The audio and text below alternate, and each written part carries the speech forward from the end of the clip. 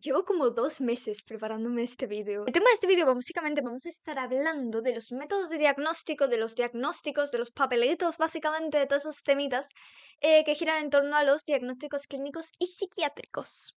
Vale, primero tendríamos que empezar por lo básico. Vamos a establecer las bases de todo. La psicología es una ciencia. Esto lo podemos después explayar más en otro vídeo y seguramente lo terminaré haciendo. Aparte de los comentarios que hay de, no, la psicología es una ciencia. Bueno, este vídeo también vamos a probar como muchas veces en la psicología hay gente que no sé por qué se mete en esta grama si no le gusta usar el método científico, ni algo que cumpla los requisitos para ser parte de la ciencia, pero bueno, eso es, me estoy adelantando ya. Vamos a calmarnos. ¿Qué requisitos tiene la ciencia para ser una ciencia? Básicamente, la exactitud, la objetividad, el escepticismo, la réplica. Ya me voy a liar con replicación, replicabilidad. Se pueda replicar. Y la apertura mental. Básicamente. También el hecho, obviamente, de que siga el método científico, el que se caracteriza por ser un método empírico, sistemático, controlado y crítico. Bueno, nos vamos a centrar en la parte sistemático y replicable. ¿Qué es algo sistemático? Básicamente que cumple un orden, que tiene un orden, los pasos que sigues para asegurarnos de obtener unos resultados fiables. La replicabilidad, como su propia palabra puede dar a entender ya de por sí, es replicar algo. Es básicamente un estudio o una investigación que Pepito de la otra punta del mundo pueda agarrar y decir, vale, ¿qué se ha necesitado? X tantos sujetos con estas características y te lo puede hacer o exactamente igual o cambiar algún dato para ver si ese dato o esa variable tiene alguna repercusión en los resultados finales de todo el experimento.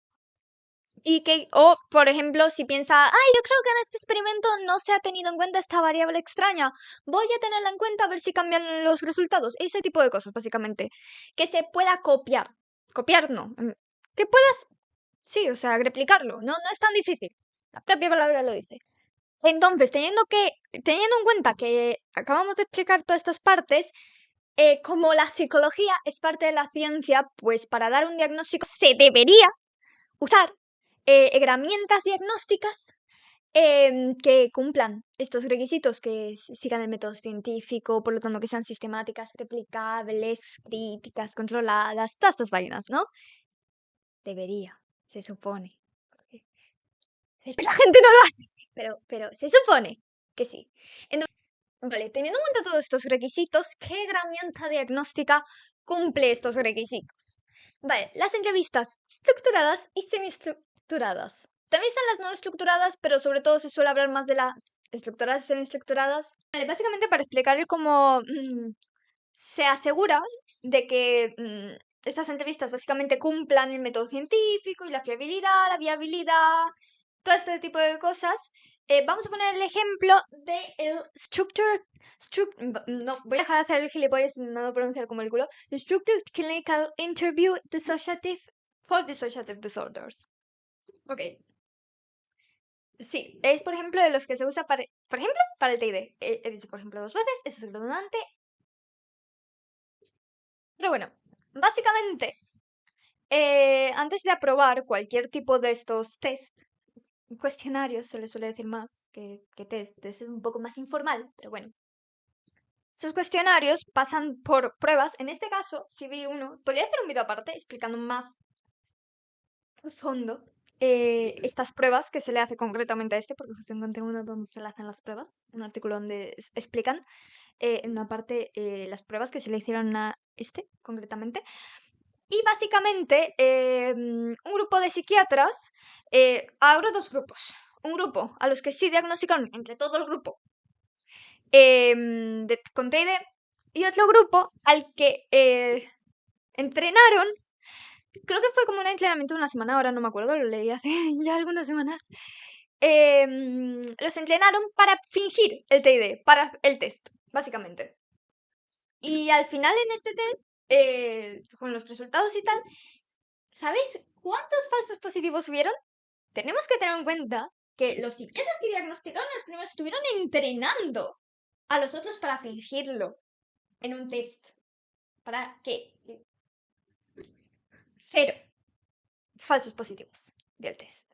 en este experimento concreto. Ya haré otro video dando bien los datos en plan de más concreto y todo el procedimiento, todo esto ahora estoy dando un poco rápido, básicamente.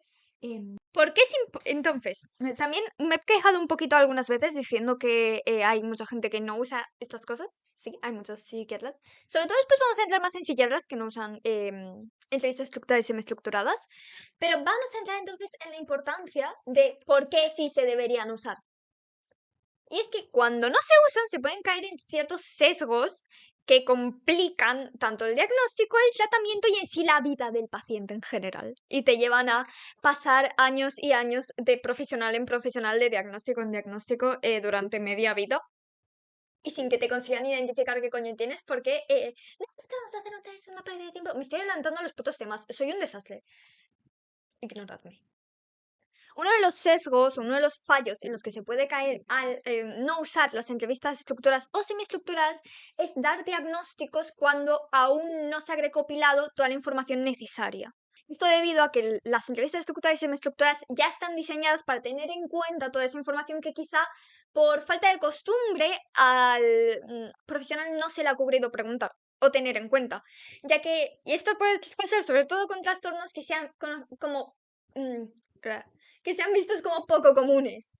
Que básicamente no, es muy raro, no suele venir como primer impulso el preguntar ciertas cosas. Cuando, sobre todo también porque quizá dices, no, yo creo que es por esta línea, entonces pregunto solo por esta línea y no tengo en cuenta todo eso que estoy ignorando. Entonces, básicamente esto es algo que previenen las entrevistas estructuradas y semiestructuradas. Conectado con lo anterior en parte y con el siguiente punto también, es el obtener información basada en prejuicios preexistentes. Que básicamente, yo creo que esto está yendo por este lado, voy a seguir preguntando por este lado, pero quizá te estás saltando toda esta información que también deberías estar preguntando, pero te estás centrando en esto y no estás viendo todo el panorama. Que es muy fácil caer en eso, somos humanos, es muy común cometer en general fallos, pero eso también el hecho de las entrevistas estructuradas son algo planeado, no es solo algo de una persona, es algo que se ha visto. El gran panorama, se podría decir, que tiene en cuenta todo lo correlacionado a eso, o a esa grama. Relacionado un poco a esto también es el asumir correlaciones entre síntomas y trastornos o condiciones que o son muy débiles esas conexiones o directamente inexistentes. Los puntos caen por el sesgo retrospectivo. El sesgo retrospectivo tiene que ver con el hecho de a un problema solo encontrarle una causa y centrarte en esa causa y no salirte de esa causa y siempre es eso. Y entonces te dejas de lado toda otra grama de posibilidades que no estás viendo.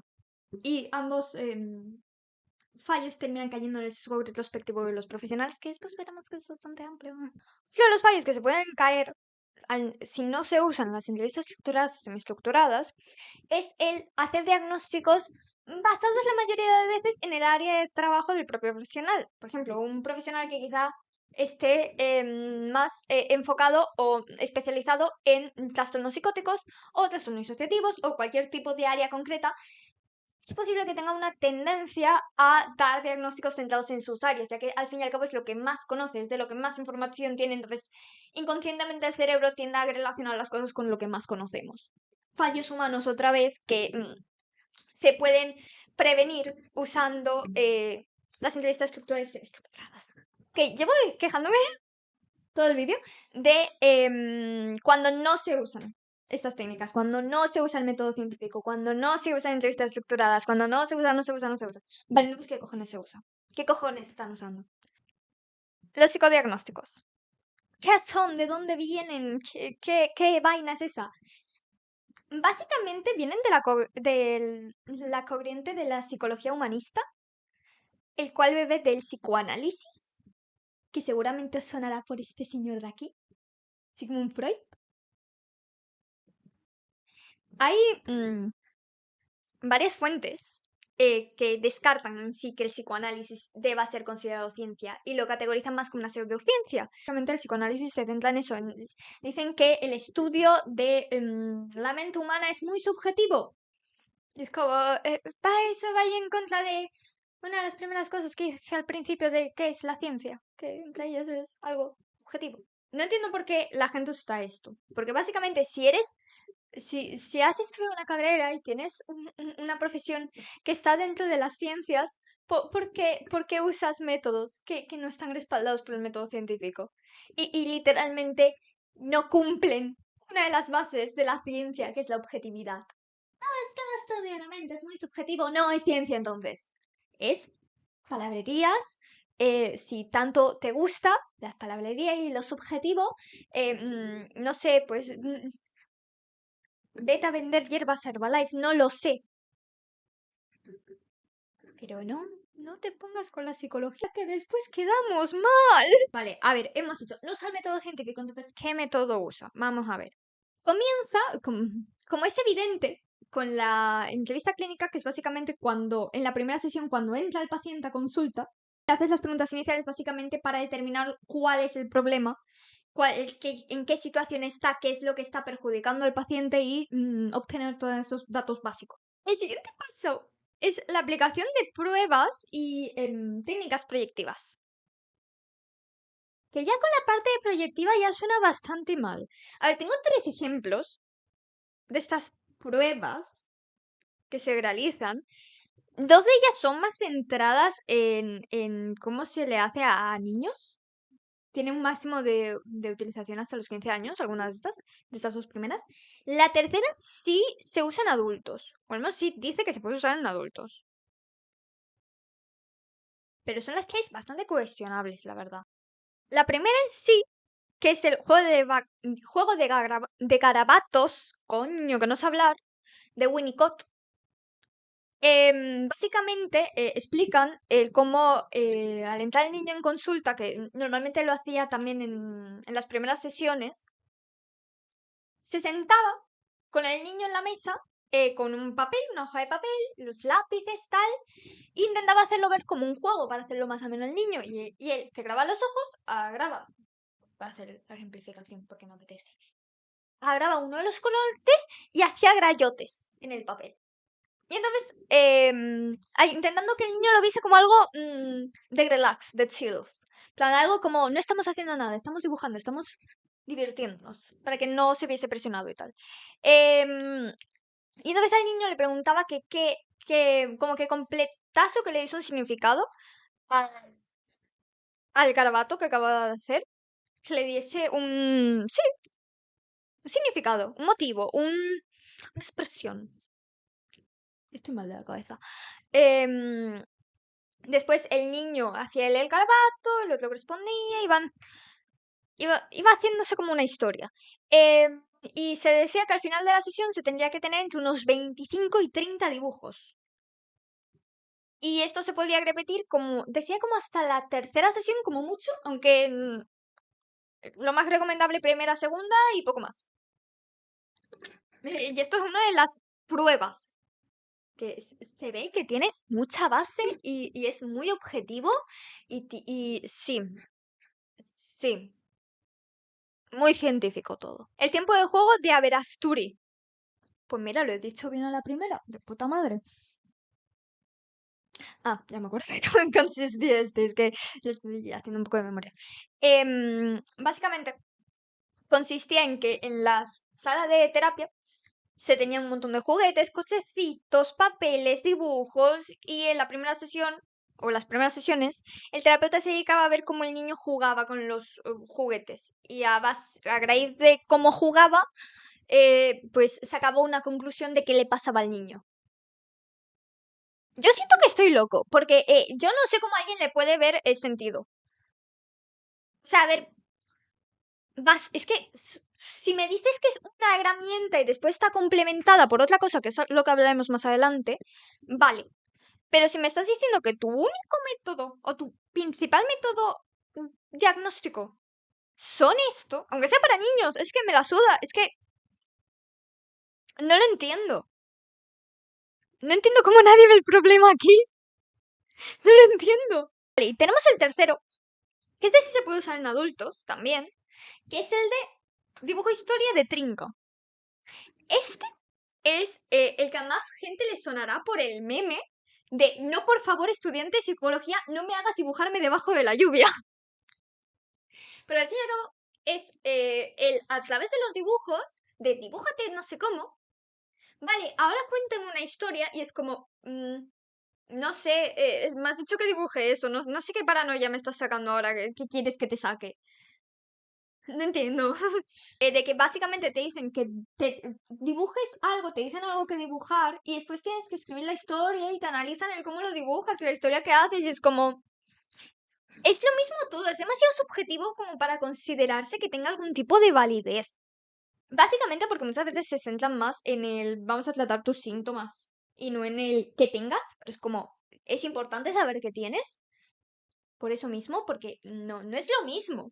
Entrevista de retroalimentación, que es básicamente echas las pruebas y echas parte del tratamiento y toda esta parte, se hace como las preguntas iniciales, otra vez, para ver en plan el avance del paciente y todas estas cosas, básicamente. Estamos otra vez con el procedimiento del psicodiagnóstico. La elaboración del informe, que es opcional, que depende en sí de que el paciente lo solicite, de si el paciente se quiere cambiar de profesional, de si se muda y se tiene que cambiar de profesional.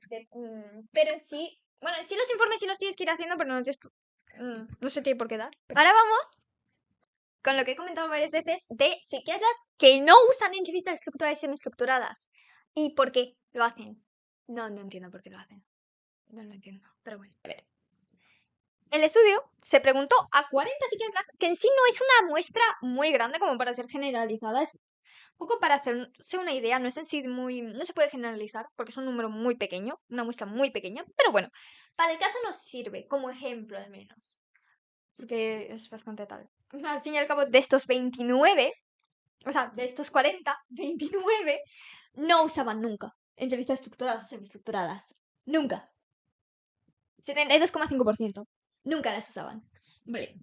Los otros 11, el 27,5%, que sí las usaba, 7 las usaban siempre que podían las usaban, y los otros 4 la usaban a veces, cada tanto. Vale, pero también de estos 11, había 2 que usaban entrevistas estructuradas o semiestructuradas que no estaban publicadas, en plan que no estaban como certificadas de que fuesen válidas. Y uno de estos 2 directamente hacía realizaba entrevistas estructuradas y semiestructuradas que él mismo había creado. Porque sí, porque yo lo valgo, Pantene. Y teniendo en cuenta todo lo que hemos dicho de lo importante que es, recordemos aquí, voy a poner una tablita, poniendo así resumido otra vez lo que hemos dicho antes de los fallos que se puede caer si no usas entrevistas estructuradas o semiestructuradas. Teniendo en cuenta esos fallos, esos sesgos en los que se pueden caer, ¿por qué no lo usan?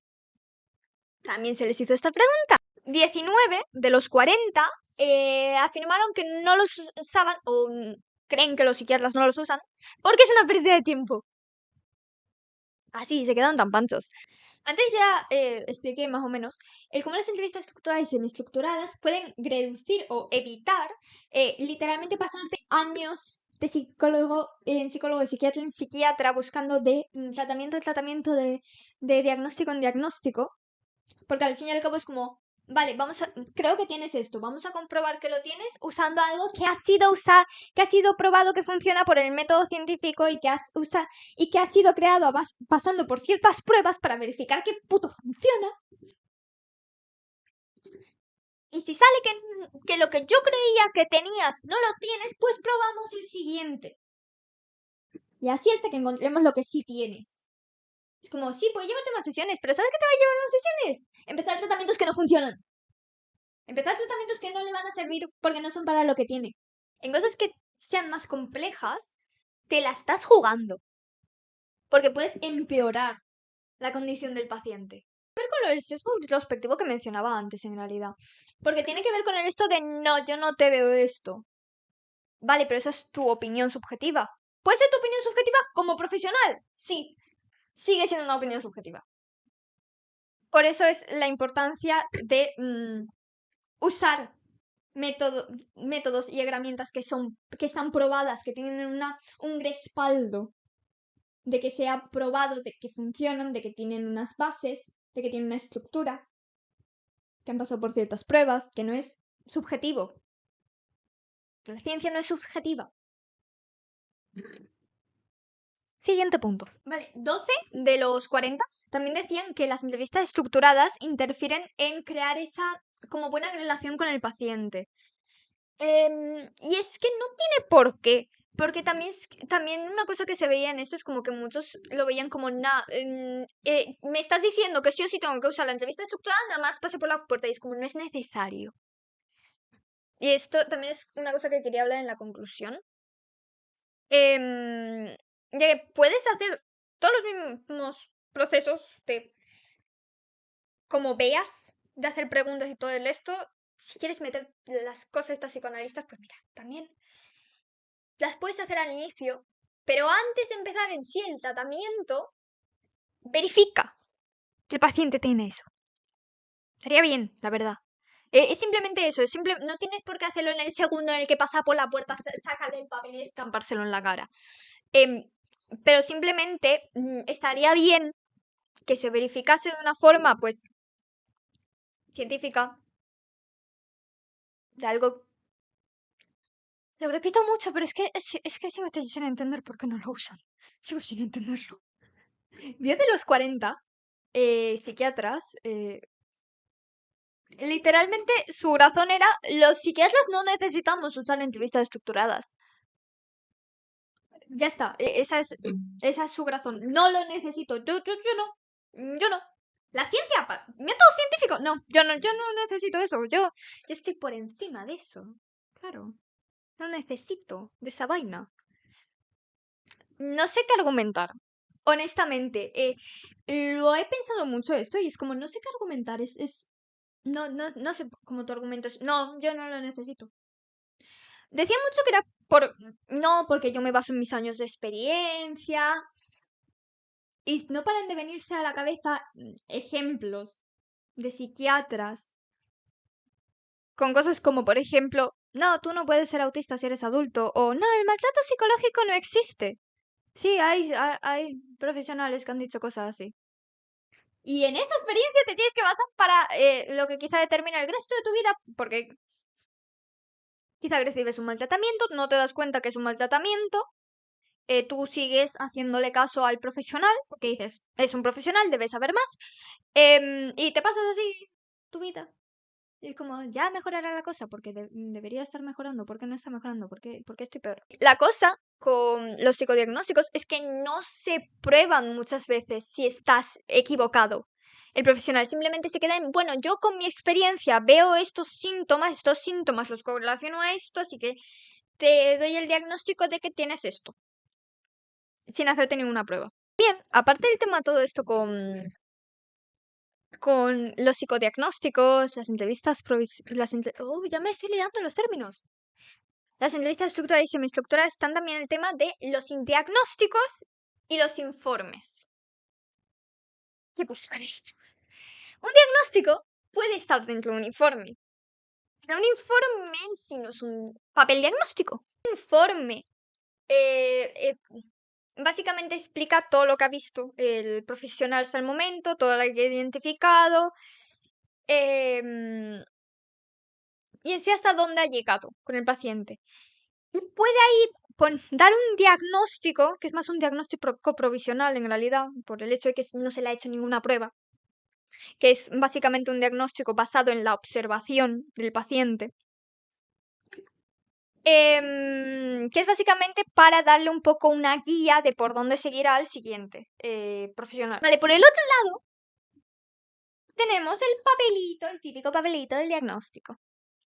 ¿Qué pasa? Cuando tienes un diagnóstico oficial verificado, que no es provisional ni es nada, en plan, está bien hecho, cuando te hagan las pruebas pues sale su puntuación y todo esto.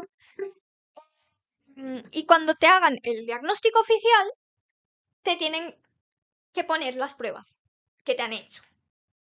Básicamente para verificar que se ha hecho bien el procedimiento y de que de verdad tienes ese diagnóstico. Vale, vamos a pasar a los ejemplos. Por este lado, el informe psicológico y por este lado, el informe psicológico diagnóstico.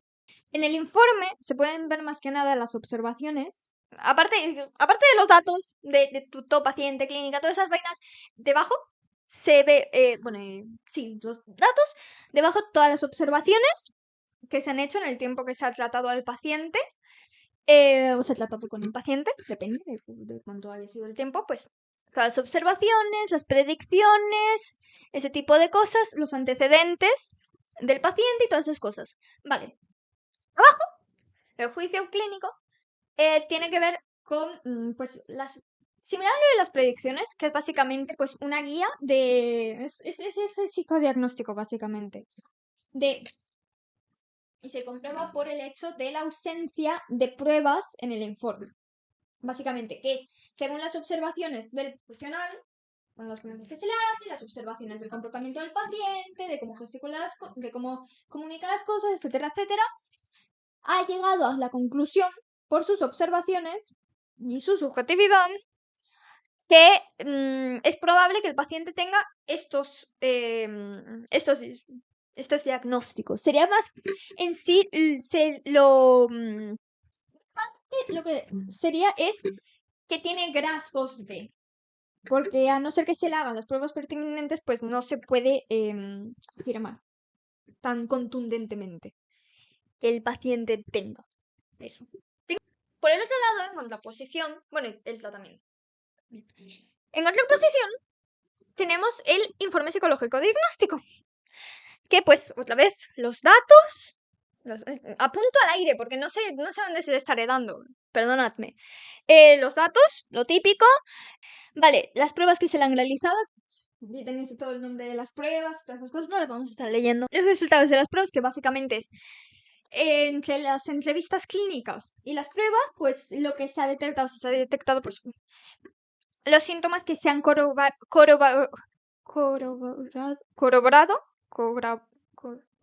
eso que tiene el paciente, que se han comprobado.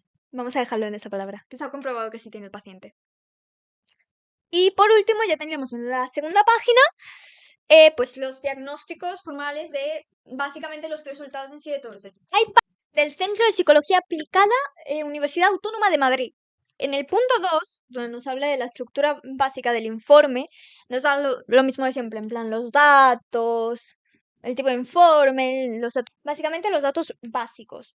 Y en este, por ejemplo, es lo que decía antes, de que te pone que a partir de la segunda página se desarrollan en un único texto, diferenciado por párrafos, los siguientes datos. Y el primero que nos pone, vemos que es áreas evaluadas e instrumentos de evaluación. Este apartado debe incluir en qué consistió la evaluación llevada a cabo por el terapeuta. El informe no presenta pues el textaco de los datos, del historial, de todas esas vainas, los posibles diagnósticos y el tratamiento y cosas del centro y cosas así, básicamente. Por lo tanto, no presenta una explicación de cómo se ha llegado a dicho diagnóstico, que esa sería la principal clave que diferencia también, sobre todas las cosas, el informe psicológico diagnóstico y el informe psicológico. No se puede, los psicólogos y psiquiatras, psicólogos clínicos y psiquiatras no pueden inventarse las plantillas. Depende o su centro asociado o su país tienen ya un orden o una estructura o una forma en la que tienen que hacerlo, básicamente. No se puede hacer lo que te dé la gana en la vida, por desgracia. Bueno, a veces sí. Ya se ha visto en el vídeo. Que ha sido algo controversial ha sido el tema de los diagnósticos orales. ¿Qué pasa? Vale, antes ya mencionamos que una de las grandes diferencias entre ambos es que el informe psicológico diagnóstico contiene las pruebas que se le ha realizado al paciente para determinar que sí tiene dicho diagnóstico. Entonces, claro, cuando a ti te hacen esas pruebas, cuando las terminas todas, pues te dicen el resultado, en plan la puntuación que has sacado y qué significa ese resultado. Cuando básicamente en el momento que te dicen pues lo que significa ese resultado y básicamente lo que pone en el cachito de resultado de las pruebas te lo dicen oralmente. Así de sencillo. Junto con las puntuaciones y tal. Básicamente ahí tendrías el diagnóstico oral. Conclusión en sí del vídeo. A ver, las entrevistas estructuradas son muy puto importantes. Para básicamente asegurarte que lo que estás diciendo no es solo Miami me lo confirmó, sino que básicamente tiene unas bases y estás seguro de que vas a empezar a darle al paciente un tratamiento que sí es el que necesita el paciente y no al que a ti te parece que es tal. No. Esto no quita que tú puedas llegar a hacer un psicodiagnóstico. Pero antes de que empieces, vale, vamos a empezar a darte ese tratamiento, hacer no sé qué, no sé cuánto, asegúrate que sí tienes el paciente. A ver, no es tan complicado. Y la forma más segura de pues asegurarte de ello, pues muchas veces es usar las entrevistas estructurales y semiestructuradas que ya hayan sido validadas en tu país. Así que muchas gracias a todos por ver el vídeo de hoy. Un saludito y hasta la próxima. ¡Chao! Llevo como casi 2 horas grabando esta vaina. Voy a morir. Voy a morir cuando me toque editarlo. Sí. 2 meses para planear el vídeo y 2 horas para grabarlo.